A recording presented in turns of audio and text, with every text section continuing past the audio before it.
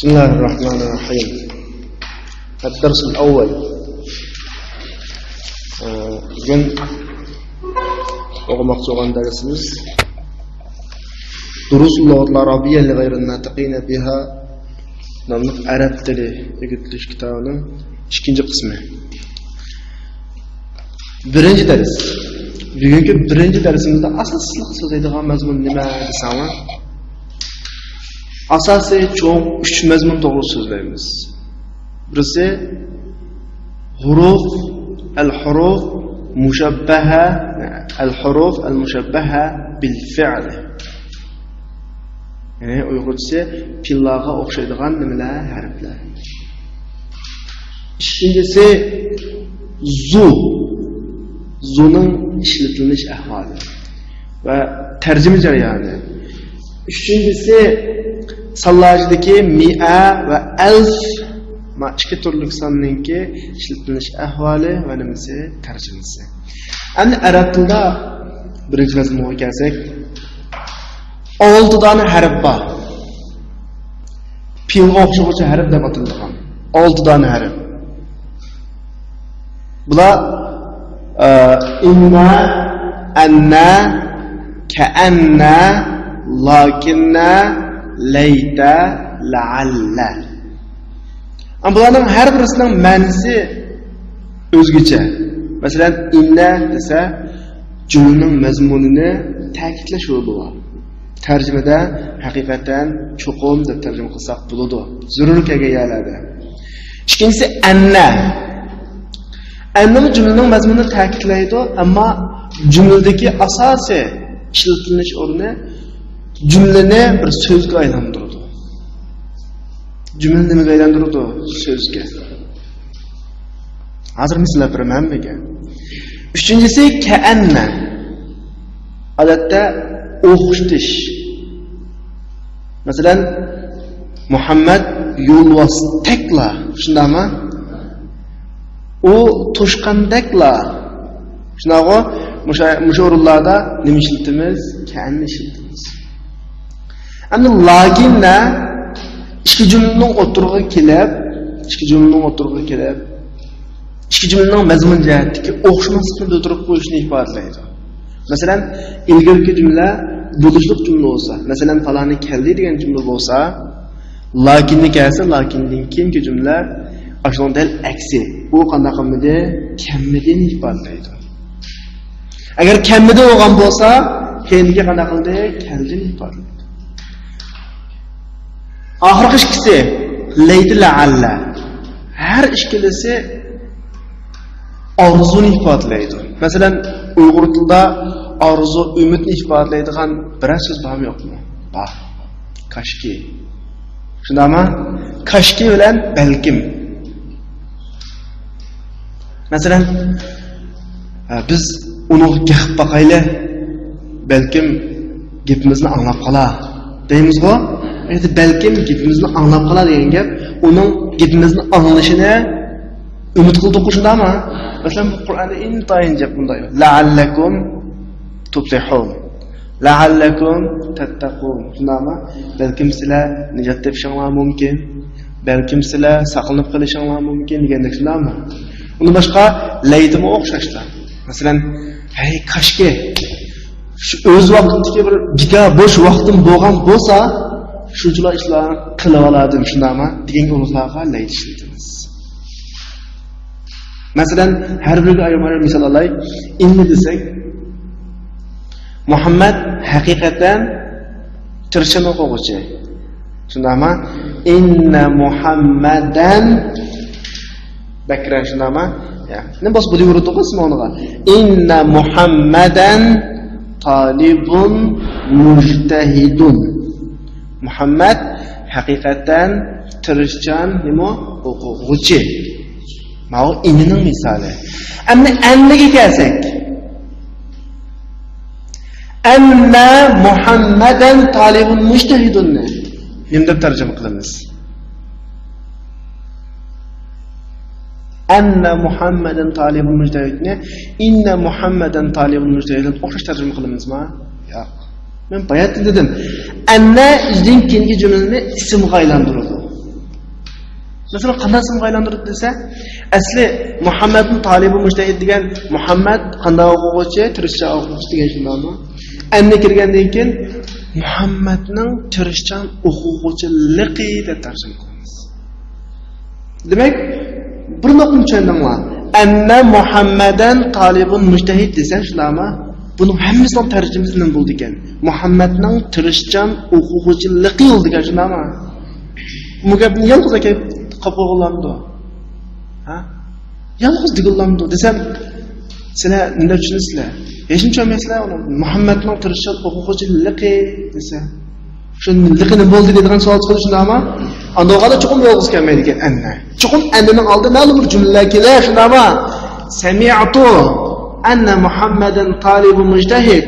Men Muhammadning tirishchan o'quvchiligini qana qildim? Anladim. Shundaymi? Shuni o'qish kerak. Uchinchi misolsa ka'anna Muhammadan asadun. Muhammad xuddi nimadagilar, yo'lbostaklar. Shuni o'qish kerak. Bu andada qiyin emas.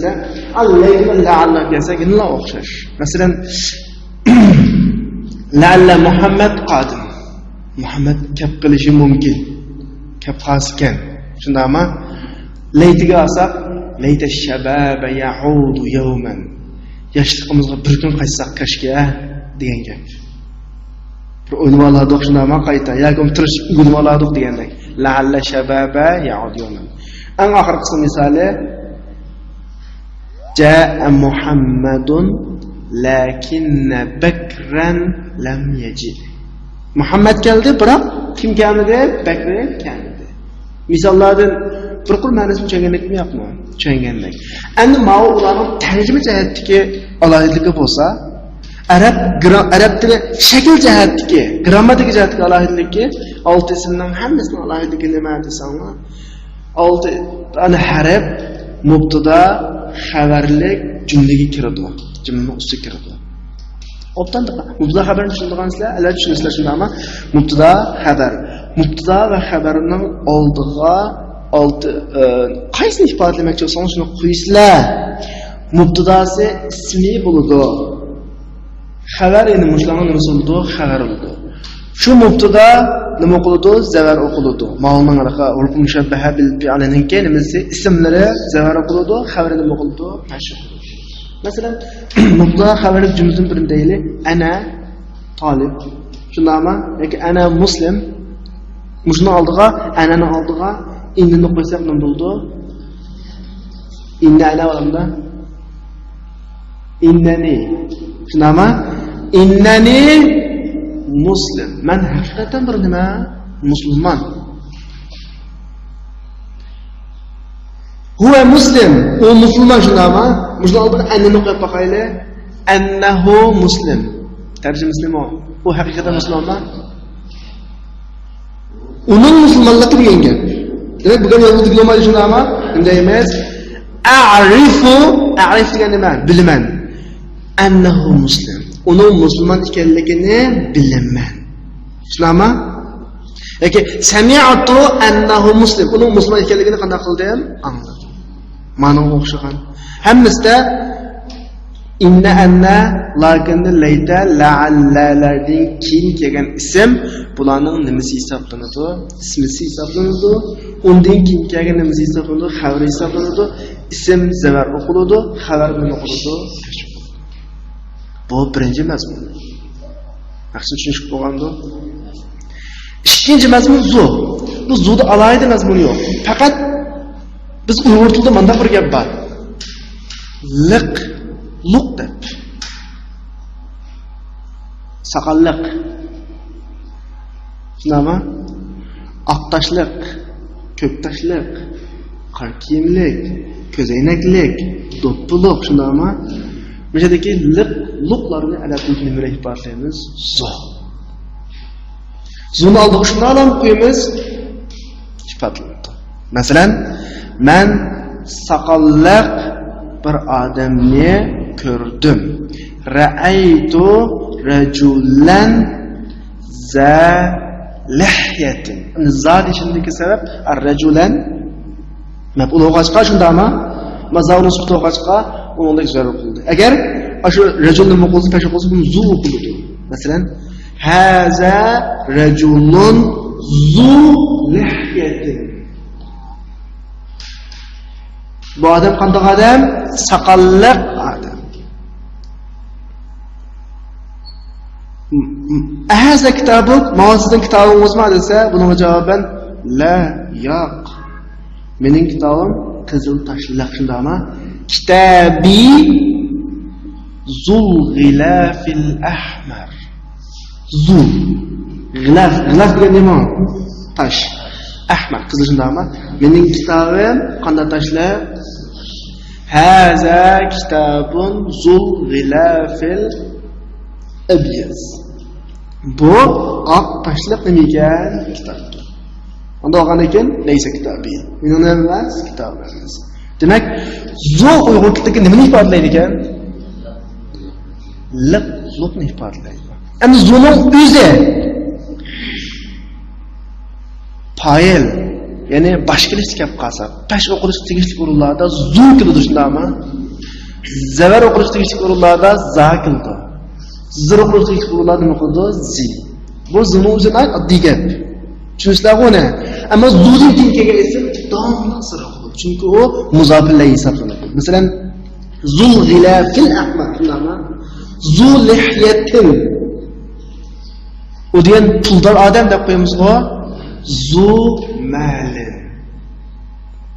Zu nima? Mali. U deganning turmushi kamroq deganda zu si'atin. Si'a kamroq, ya'ni kangirlik egisi, kangir turmushga ega odam degan ma'noda keldi. Zuni gapini tushunolmayapmi? Zu jumlalik o'rniga qarab turib, zu za aniqlan bo'ldi. Zi. Uchinchi mazmunga kelsak, mi'a va alf. Sonlardagi 100 va nima? 1000. An arab tilidagi sonlar yig'ib kelsak 10-12 atrofida. Masalan, 1 2 3 4 5 6 7 8 9 10 shundami? Undan keyin mi'a alf. Nesan ekan? 12. Arab tili 12 ham son bor. Qolgan sonlarning hammani shu 12 sondan qanday qilamiz? Biriktirib, o'yinga o'zgartirib, mayzini o'zgartirib qanday qilamiz? Sonlar. Endi biz balkim sizlar birinchi qismda o'rganib bo'lgan. Sonlarning 1dan tortib nechigacha, 10gacha, 10dan tortib 100gacha sonlanish ahvolini. Endi bugungi darsda 100 bilan minglar o'rganamiz. Hozircha qolganlar munosib so'g'achqa so'zlab o'tamiz. Endi 100 bilan mingga kelsak, boshqa sonlar ayolga farqlanadi. Ba'zi sonlar erga talik, ayolga nima ta'sis kelsa, ba'zi sonlar erga ta'sis, ayolga talik. Ana 100 bilan ming bilan alf ma ikki sonlarga kelsak, er ayolga o'rtaq ishlik. Masalan, mi'a talib, 100 o'quvchi. Shundami? Mi'a talibatin. 100 qiz o'quvchi shundami? Mi'a rajul, mi'a imro'a. Bu bir nuqta. Er ayolga o'rtaqlik. Ikkinchi nuqta, mi'a bilan alfdan keyin kelgan ism nima qildi? Zir o'qiladi. Birlik shaklda zir o'qilib keladi. Bu ikki nuqta. Kalongda eng tutulanglar. Birinchi nuqta, mi'a bilan alf er ayolga nima ishlatiladi? O'rtaq ishlatiladi. Bu bir nuqta. Ikkinchi nuqta, mi'a bilan alfdan keyin kelgan ism birlik holatda keladi. Ikkilik ko'plik emas. Uchinchi nuqta, mi'a bilan alfdan keyin kelgan ism nima qiladi? Zir o'qiladi. Endi darslikninki al-kalimatul jadida, yangi so'zliklarni bir qanday qilib o'qitaylik. Avval men bir qitim o'qib beray. Zakiyun ayolligi zakiyatun, ko'pligi azkiyau. G'abiyun g'abiyatun aghbiyau. Xuluqun akhlaqun mi'atun alfun rubiyatun ko'pchilikka rubiyatun mutazawwijun azabun ko'pchilikka a'zabun yahudiyun ko'pchilikka yahudun mu'jamun ko'pchilikka ma'ajimu dolar ko'pchilikka dolarat safhatun ko'pchilikka safahat najihun ko'pchilikka najihuna g'olin kummun ko'pchilikka akmamun tarjima qilib qo'yay. Zakiyun zirak aqlli degan ma'noda. G'abiyun nima? Dud. Xuluqun axloq. Undan keyin mijoz degan ma'nosi bor. Mi'a 100 alf ming. Rubiya rupiya pul birligi. Mutazawwijun to'y qilgan degan ma'noda. Azabun ya'ni to'y qilmagan. Erlar kelib qolsa bo'ytoq, ayollar kelib qolsa nima? Tul. Ayolni o'xshash tarjima qilmaymiz, a? Yahudiyun bilasizlar, yahud. Shunami? Ko'pchilikka yahudun. Mu'jamun o'zing o'qitmizga lug'at. Ya'ni qomus lug'at, a? Ma'ajim ko'pchilikka. Dollar. Safha bat. Mushu bir batga ma'noda, manchinchi bat, anchinchi batdiki batga ma'noda. Najihun asl lug'at ma'nosi nijot topgan, shunami? Futuh qozongan. Aniga imtihonlar kelib qolsa nima? O'tgan degan ma'noda keldi. Imtihondan qana qilgan o'tgan. G'olim qimmat. Kummun nima? Yan. Ko'pchilik nima? Akmamun.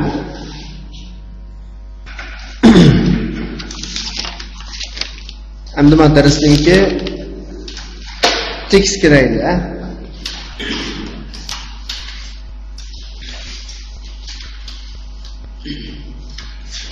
Tekstni men bir qitim o'qib o'tay. Assalomu alaykum va rahmatullohi va barakatuh. Wa alaykum assalam va rahmatullohi va barakatuh. كيف حالك يا أستاذ؟ لعلك بخير. الحمد لله. وكيف حالك أنت يا حاشم؟ أنا أحبك كثيرا يا حاشم.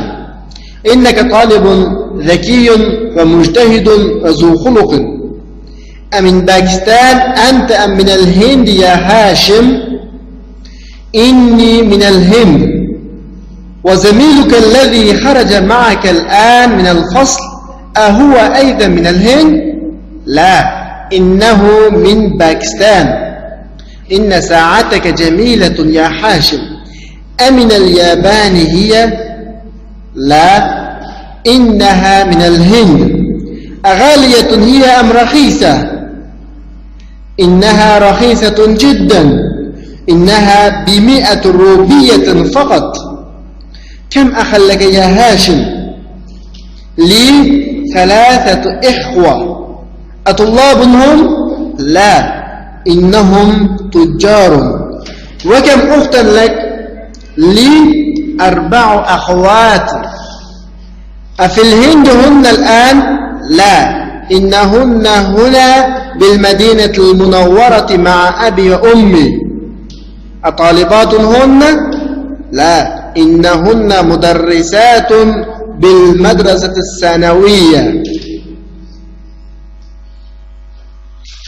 Biz tekstni mulohaza qilsak, bugun so'zlagan 3 xil qoidamiz bor. Birisi qaysi? Urf mushabbaha bil fi'l shundami?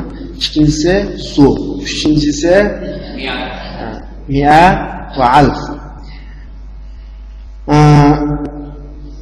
Masalan, 4-chi qurdiki. Alhamdulillah va kayfa haluka ya anta ya Hashim? Ana uhibbuka kathira ya Hashim.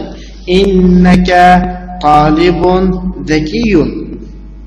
degan jumlada bizning birinchi grammatik qoidamiz bor. Endi ba inna. Undan keyingi va zu xuluqin shundami? Ma'runda bizning so'zga ikkinchi qoidamiz zu munosabatli qoida bor. Inni minal hind. Ma'runda o'xshashlar bizning so'zlagan qancha qoida? Birinchi qoidamiz bor.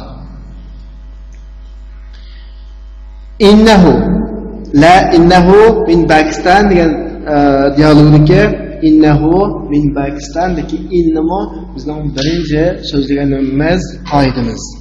Inna sa'ataka jamila. Bu birinchi qoida shundami? Innaha minal hind. Bu nechinchi qoida? Birinchi qoida. Innaha raxizatun jiddan. O'xshashlar birinchi qoida. Innaha bi 100 rubiya faqat. O'xshashlar bumi? Birinchi qoida. Innahum la innahum tujjar. Hashimninki la innahum tujjar degan hivar dialogi bu o'xshashlar birinchi qoida.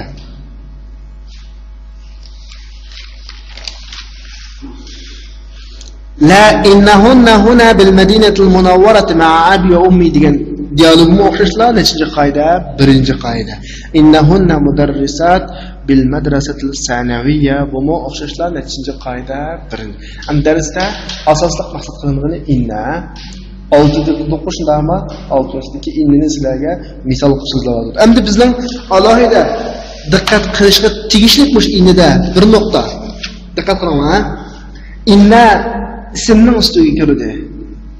Ism nima qildi? Zarar qildi. Buni biz bayatni so'zlab o'tgan. Bu bir. Ikkinchisi, almashlarning ustiga kirdi. Almashlar degan nima? Masalan, uchinchi shaxs, ikkinchi shaxs, birinchi shaxsni ifodalaydigan shundami? Masalan, buni biz so'zlab o'tgansak, uchinchi shaxsningki huwa, ikkinchilikningki huma. Hum ayollikning hiya, huma, hunna. İkinci shaxsningki anta, antuma, antum, anti, antuma, antum. Birinchi shaxsningki ana. Tikitga ko'zini yutib taqsaq, hammasiga kiribdi. Masalan, huvaga innini qo'shgandan keyin qanday shaklga o'zgaribdi? Innahu. Huma'gacha innahuma. Shunami? Hiya kiribdi. Bo'g'ay innaha. Antiga kiribdi nima? Innaka. Anaga kiribdi nima? Inni. Yoki nima? Innani. Shikil keldi. Inni yoki nima? Inni. Demak, biz qoidani ta'kidlasak bunda. Bayatimiz huwa, huma, hum, hiya, huma, hunna. Anta, antuma, antum, anti, antuma, antum dedik-ku. Mushni innini kirgizib turib, bir qitim yasab chiqsak, bunda chiqadi. Innahu, innahuma, innahum, innaha, innahuma, innahunna.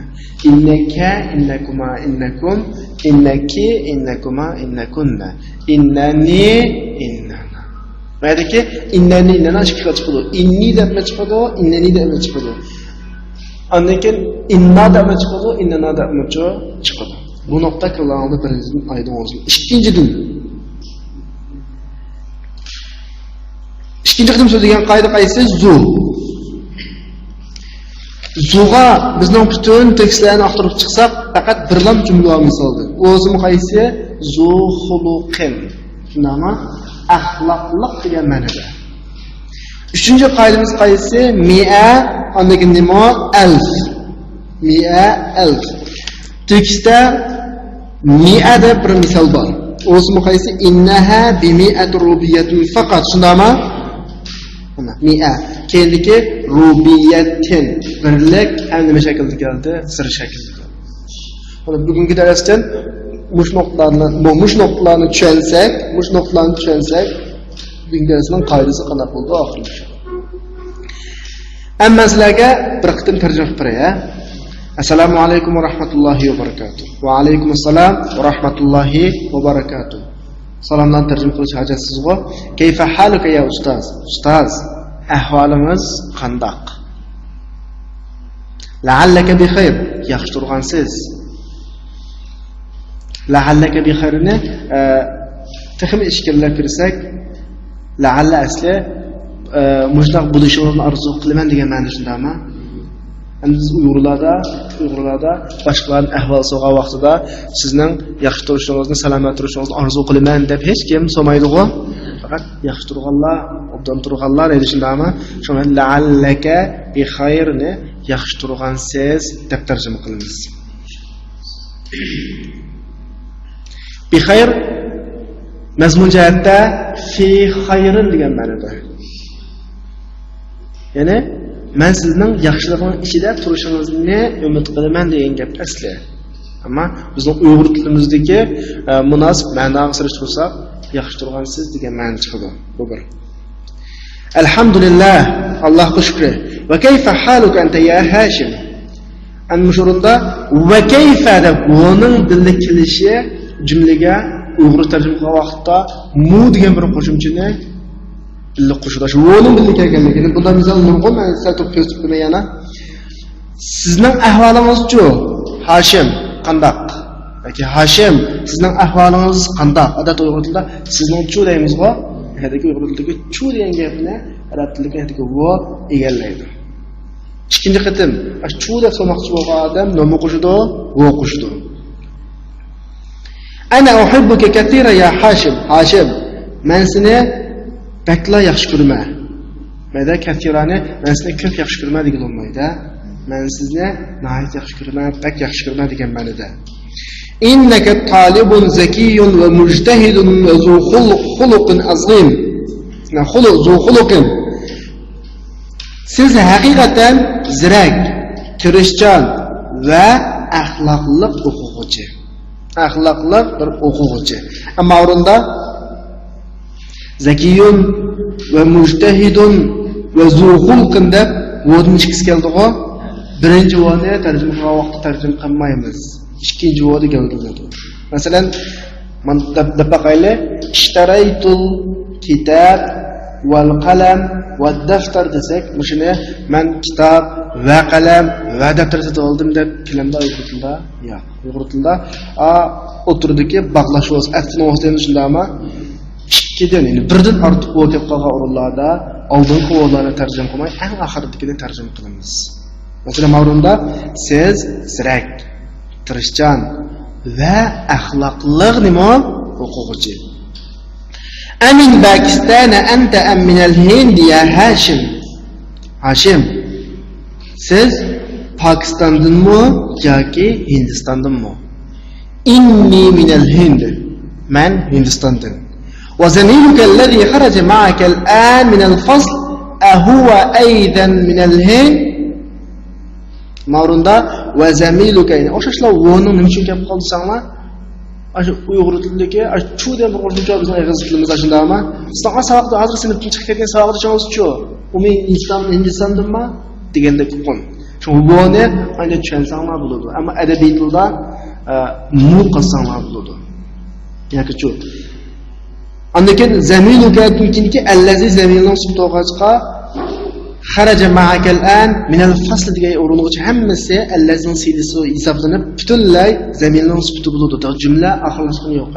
Shunga hozir sinfdan siz bilan chiqqan saboqdoshingiz umu ham Hindistondanmi? La. Innahu min Pakistan. Yo'q, u Pokistondan. Inna sa'ataka jamilatun ya Hashim. Hashim, sening soating haqiqatan chiroyli ekan. Amin al-Yabani hiya, mushakaga vaqtda u soatingiz Yapondanmi demdoq? Yaponda ishlanganmi deymiz. Odatda bir narsa keraklarni ma'lum davlatning yoki rayonning oldiga akilib qo'yib, men bilan bog'lagan bo'lsa, bu vaqtida ning deb tarjima qilsa yoki din kirgizilgan yoki da yasalgan deb tarjima qilsanlar bo'ladi. Shu yerda u Yaponiyanningmi sadaqat Yapondan kelamdi. Bu kelish faloniyatdan kelish odamga men qanday kishi qilishnami? Shunga u Yaponiyanningmi? La, innaha min al-Hind. Yo'q. U Hindistonning. Aghaliyatun hiya am rakhisa. U qimmatmi yoki azanmi? Innaha rahisatun jiddan. U bak azan. Faqat 100 rupiya. Amniyada ikkini jumlada innaha keldi shundami? Bu ikki jumlada bir jumlaning tarkibida hisobchada bir oxirida shunday bir so'z ikki qitim takrorlansa, imkon bor birini tarjima qilamiz, birini tarjima qilmaymiz. Bizdan qarab boqaylik. U bak azan. Faqat 100 rupiya. Innaha bimi rupiya faqatki innaha degani qanday qilsak ham bo'ldi, tarjima qilmasak ham bo'ladi. Bunda misol tafkir uchraydi, ha? Kam ahallaka ya Hashim? Hashim, sizning qancha o'g'il tuqqanlaringiz bor, o'g'il qarindoshlaringiz bor? Li salatatu ikhwat. Mening 3 o'g'il qarindishim bor. Atullabunhum ula o'quvchimi? La, innahum tujjar. Yo'q, ular savdogar. Va kam muhtallak. Sizning qancha qiz qarindishingiz bor? Li arba'u akhwat. Mening 4 qiz qarindishim bor. Afil hinduhum al'an ular hozir Hindistondami? La, innahunna huna bil madinatil munawwara ma'a abi va ummi. Ular bu yerda, ya'ni Madina Munawvarda dadam, onam bilan billa. Atalibatun hunna ular o'quvchimi? La, innahunna mudarrisat bil madrasati sanawiyya. Ular tuluq o'tir maktabda o'qituvchi. Tamarin ko'nikma. Men har bir ko'nikmani tushuntirib, birdan misollamishlar beraman. At-tamrinul awwal, birinchi ko'nikma, ajib anil as'ilatil atiya. Tuandagi savollarga javob berin. Ammo birinchi ko'nikma darsning mazmuni nasıl bo'ldi. Masalan, biz darsdagi dialog emasmi?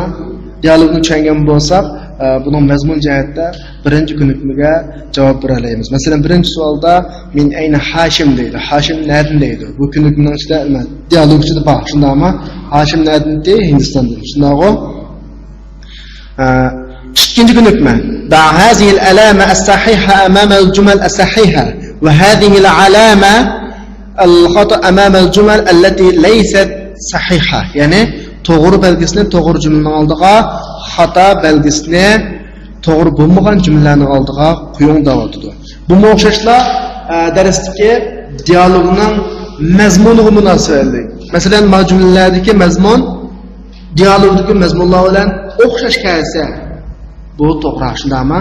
O'xshash kelmasmi xato. Masalan, birinchi misolda Hashimun talibun kasla. Dialogda Hashimni nima degan to'xtuvchi? Hashimun innaka talibun mujtahidun zakiyun zuqul degan shundaymi? Andoz nima? Xato. Shunga o'xshash qolganlarini ishlasak bo'ldi. Üçüncü ko'nikma, ta'ammal ma yali. Tuandikilarni mulohaza qiling, o'ylanib qo'ying deydi. Biz bu yerdan Abduruddimismi tekstni, dialogni o'qigan vaqtimizda bir qitim mulohaza qilib chiqqan. Ya'ni inninki almashlarga qanday qilinishi, qo'shilib kelishi. Masalan, inna huvaga qo'shsak innahu, innini yaga qo'shsak innaha, inna anta innaka. Shundaymi? Inna qo'shilgan anta nima? Innaki. Inna ana innani yaknimu inni. Inna hum qo'shilgan vaqtni bo'ldi innahum. Inna hunna qo'shilgan vaqtni bo'ldi innahunna. Inna antum qo'shilgan vaqtda innakum. Inna antunna qo'shilgan vaqtda innakunna. Inna nahnu qo'shilgan vaqtda innana yaknimu inna bo'ldi. Buni biz baya o'rinda qo'ygan. Har vaqt esingizda bo'lsin, bugungi darsimizdagi asosiy grammatikaga qancha xil 3 xil urf mushabbaha bil fi'li, undan keyin nima zu, undan keyin nima yani. To'rtinchi ko'nikma. Adkhil inna alal jumal at-ta'atiya. Tuandagi jumlalarga innini kirgizing deyotdi. Buni aytadiku, masalan, birinchi kelsak huwa tajir. U bir so'diga shundami? Annaga innini qo'shmoqchi bo'lsak, inniga vani qo'shsak nima bo'lmoqchi? Innahu bo'lmoqchi shunaqo? Innahu tajir. Mushu bo'yicha qolgan misollarni ishlasak bo'ladi. 5-ko'nikma. iqra'il amsilatil atiya tuandagi jumlalarni o'qing. Masalan, bizga o'qib bergan faqat bizni o'ylanib turish masala, boshqa narsa emas, ha? Qarab boqaylik, birinchi jumla al-mudarrisu jadidun, normal jumla. Mubtada, xabar, ikki xabar. Shundaqo, mush jumlaga inni qo'shgandan keyin nima bo'lg'ay? Innal mudarrisa jadidun. Mubtadaning ustiga kirdi, mubtada zarur ketdi, xabar tashqari qoldi. Shundaqmi? Bu vaqtida buning boshqa ism qo'yamiz. Al-mudarris nima bo'lg'ay? Innining ismisi. Dastlab mubtada shundami? Inni kirib bo'lgandan keyin innining ismisiga o'zgardi. Jadidun inni kirishdan ilgari mubtadaning xabari edi. Endi inni kirib bo'lgandan keyin nimaning xabari o'zgardi? Innining xabariga o'zgardi. Va qolgan misollarni atrofqor o'qib, shu bo'yicha mulohiz qilsa bo'ladi. Endi yuqorida o'qigandak 6-kunlikmida, Abdurbizga 5-kunlikmidagi bizga bergan ko'rsatma bo'yicha 6-kunlikmiga shunday inni kirgizib qo'yildi. Davatida adkhil inna ala al-jumal al-atiya wadbit awakhir al-kalimat. Tuandagi jumlalarni inni kirgizib, so'zlarning oxirisini muqimlang degani so'zning oxiri tashib qo'lamdi, shunami yoki zavar qo'lamdi, mujahatda qoidaga chuguzing degani. Wadbit degani qoidaga chuguzing. Masalan, birinchi misolni aytib beray. Ad-darsu sa'bun. Endi mushunga, iboyatimizga al-mudarris jadidun o'xshash inni kirgizsak, ad-darsu mubtada sa'bun nima xabar. Inni nakirado, mubtadaning peshiga kiradi. Ya'ni ad-darsning peshiga kirib, nima bo'ladi? Inna-darsa bo'ladi, shundami? Keyindagi sa'bun o'z betlanib turadi. Bu vaqtida asli ad-dars sa'bun ad-dars mubtada sa'bun nima xabar. Dars qiyin shundami? Inna-darsa sa'bun bo'lgandan keyin ad-dars innining ismisi sa'bun nimasi innining xabari bo'ladi. Jumlaga bo'lgan ta'siri ma'ni jihatda dars haqiqatan qiyin degan bo'ldi, shundami? Grammatik jihatda, shakl jihatda ad-darsa zavar qildi, sa'bun o'z holati bo'yicha tashbih qildi. Bu tushunishib bo'tamdi yo'qmi?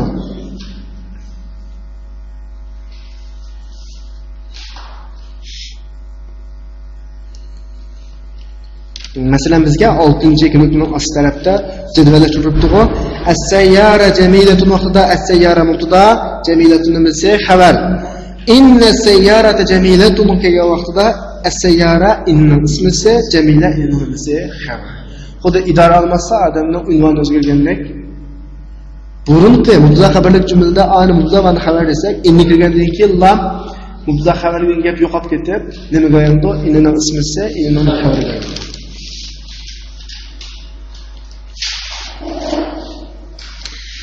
7-mashq ta'ammal al-mithalayn thumma kawwin jumalan mislahuma min al-kalimat at-taliya. Tuandagi ikki misolni mulohaza qilib bo'lgandan keyin shu ikki misol o'xshash tuandagi so'zlardan jumla tuzum topadi. Ham bu qanday misol desanglar, arab tilida manda bir jumla qurilmasi bor. Uyg'urcha tushunaylik biz, ha, qaranglar. Biz ma'lum bir narsaning ehtimollik va ikki tarafini tutib turib savol solmoqchi bo'lsak. Masalan,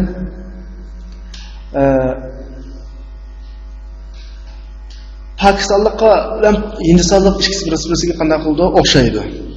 Shundaymi? Andoqligimiz damalliq, Ma'oya Pokistonlik yoki Hindistonlik deb qanday qilmaymiz? Aramaymiz. Dal mushodarning biz Pokistondanmi yoki Hindistondanmi ikki tarafini qanday qilmoqchi so'moqchi. Bo'lsa, buni qanday so'raymiz desanglar, ikki savol so'ramoqchi bo'lgan ikki tarafni cümlenin birisini cümlenin peşiga, birisini cümlenin ahiriga qo'yamiz. Bu bir xil tushunish usuli. Yana bir xil tushunish usuli bundaq jumlani a chiket an. Moprimdan tushunamizmi? A chiket an. A chiket degan gap a keladi. Uning keyin bir gapni deymiz, shundami? Uning keyin an keladi, uning keyin yana bir gapni qana qilamiz deymiz. Masalan, dafaqayli siz Pokistondanmi yoki Hindistondanmi? Uyg'ur tilida siz degan gap beshlik kelgan bilan arab tilida nima qildi? O'tirdi.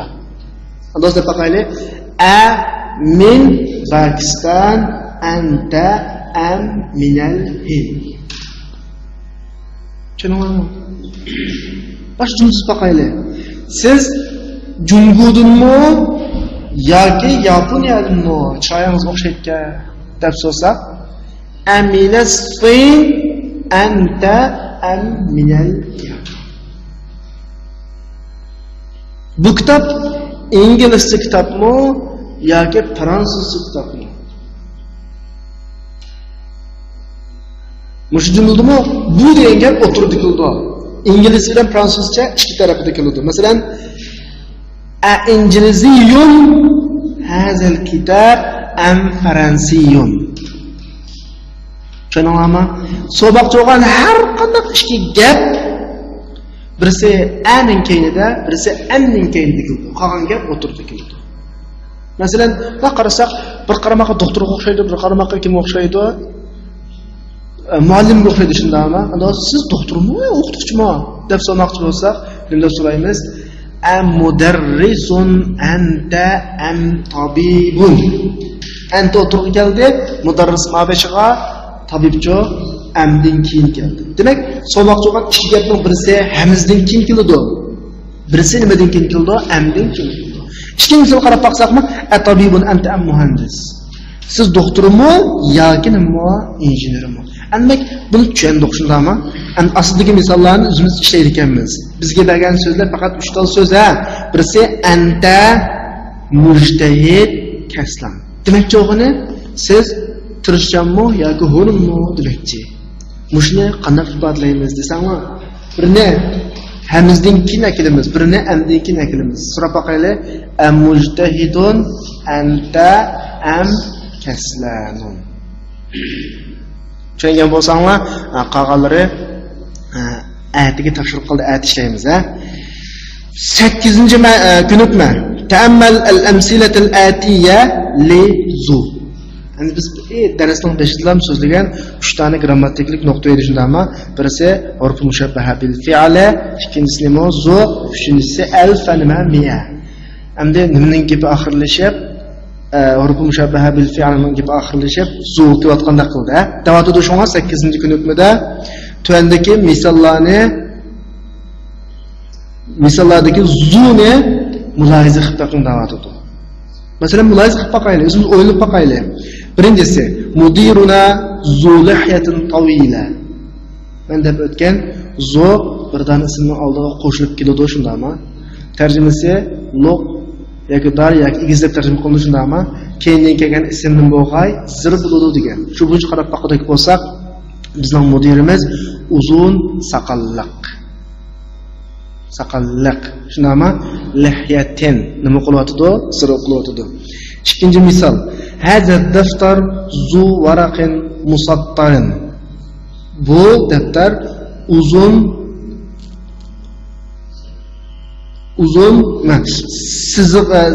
siziqliq varaqliq. Odatda liq ikki kelib qoldi-ku. Bu daftar siziqi bor varaqliq.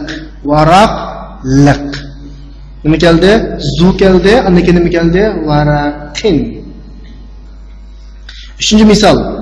Ahmad talibun zu ilmin ve hulukin. Buna yazıp bakaylık. Zu ilmin. Ahmad bolsa bilimlik ve ahlaklık okuğucu. Lik. Şunda mı? Dördüncü misal. Hazel kamis zu kummin qasirin ve zâke zu kummin tavilin. Bu köynek qisqa yanglik. Av bolsa uzun yanglik. Mava qisqa yanglik, av qanday yanglik? Uzun. Biz yuqorida o'rgangan qoidaning hammasi bor. Kammin zir o'qiladi shundami? Lik, loq, dar, egizda tarjima qilyapmiz shunday-ku. 5-chi misol. Al-masjidul ladhi fi hayyina zu manaratin wahida. Bizning mahalladagi masjid bir munarliq. Bir nima munarliq. Bu nokta kallamızda aydınlaşıp kaldı. Endi bayatin ben zuni tushuntirgan vaqtda demagan bir nokta. Zu qaritilmasining jinsiga qarab turib zuni o'zgaraydi. Masalan, zuni erga sifat qilmoqchi bo'lsak, zu keladi shundaymi? Ayolga sifat qilmoqchi bo'lsak-chi? Zatu keladi. Erlik köpçükü sıfatına okşasa zavul kılıdı şundama. Ayollik köpçükü sıfat qilmoqchi bo'lsak nima qildi? Zavatu qildi. Shu nuqtani tushunib olsanglar, qolgan tarafda chala qo'ymadik-ku deyman. Masalan, davotida tuvandagi misollarni o'qib, tuvandagi jumlalarni shunga o'xshash o'zgartirdim. Iqroil amsila summa hawil al-jumlatal atiya misla. Masalan, bizga bergan misol, haza talib zu xuluqin. Ma'ni ko'plikka aylantirgan davotida nima davotida? Haulay tullab zawu xuluqin. İkincisi, hazihi taliba zatu xuluqin. Bunu ko'plikka aylantirgan davotida haulay talibat zawatu. Buni tushungan bo'lsak, astarafdagi hazar rajul zu malin kathir deganni ikkinchisiga erlik ko'pligini, uchinchisiga ayollik birligini, to'rtinchisiga ayollik nimaligini, ko'pligini qo'ysak bo'ladi, ha? Men tushunganlar deyman. 10-chi ko'nikma adkhil la'alla ala al-jumal al-atiya ilman bi anna la'alla min akhawati inna. La'allani tuvandagi jumlaga kirgizing. Ya'ni la'allanan innanan turdoshlarining qatoridan ekanligini bilib turib kirgizing deyapti. Bilib turib degani esingizda bo'lsinki, la'alla nimaning qatoridan, innanan turdoshlarining qatoridan. Turdoshlarining qatoridan degani mubtada xabarning ustiga kirdi. Mubtadani zavar qiladi, bu la'allaning ismisi bo'ladi, xabarini pesh qiladi, bu la'allaning nimasi bo'ladi, xabar bo'ladi demakchi. Masalan, huwa bi khair, u yaxshi. Anmujnga u yaxshi bo'lishi mumkin. Shundaymi? Yoki uning yaxshi bo'lishini tilayman degan bo'lsa, nima deb kirgizamiz? Innaning bir tuqa ekanligini bilib turib degani, inna almashlarning ustiga kirgan vaqtida almashlar masalta qalaqildi o'zgaradi. Huvaning ustiga kirgan vaqtda innahu. Hiyaning ustiga kirsa innaha. Antaning ustiga kirsa innaka. Mujnun o'xshashlar la'alla kirsimi? Huvaning oldiga la'alla kirsa la'allahu. Hiyaning oldiga la'alla kirsa la'allaha. Antaning oldiga la'alla kirsa bo'ldi. La'allaka. Ananing oldiga la'alla kirsa la'alli. In nahnuning oldiga la'alla kirsa la'allana qanday qildi o'zgaraydi. Shu bo'yicha chiqib baqsak, huvaning oldiga la'alla kirsak nima bo'ldi? La'allahu bi khayr. Hiyaning oldiga kirsak nima bo'ldi? La'allaha bi khayr. Bu qolganlari uzanlar ketdi. 11-si ikki misolni o'qigandan keyin tuvandagi jumlalarni g'alin yoki g'aliyatinni bo'sh o'ringa qo'yish orqali to'liqlan. G'alin degani erlik. G'aliyatun degani-chi ayol. Mushuni masxalda qo'ysak bo'ladi. Boshqa alohida gap yo'q, ha? Masalan, birinchi misolda al-hazal qalamu g'alin. Erlik o'g'achqa g'alinni qo'ydik, ha? Ikkinchi misol, hazihi sa'atu g'aliyatun. Sa'ati ta'og'achqa biz qaysini qo'ydik? G'aliyatunni qo'ydik. Shuning uchun qo'yib, shunday bo'lsa qolgan misollarni ishlasam bo'ladi.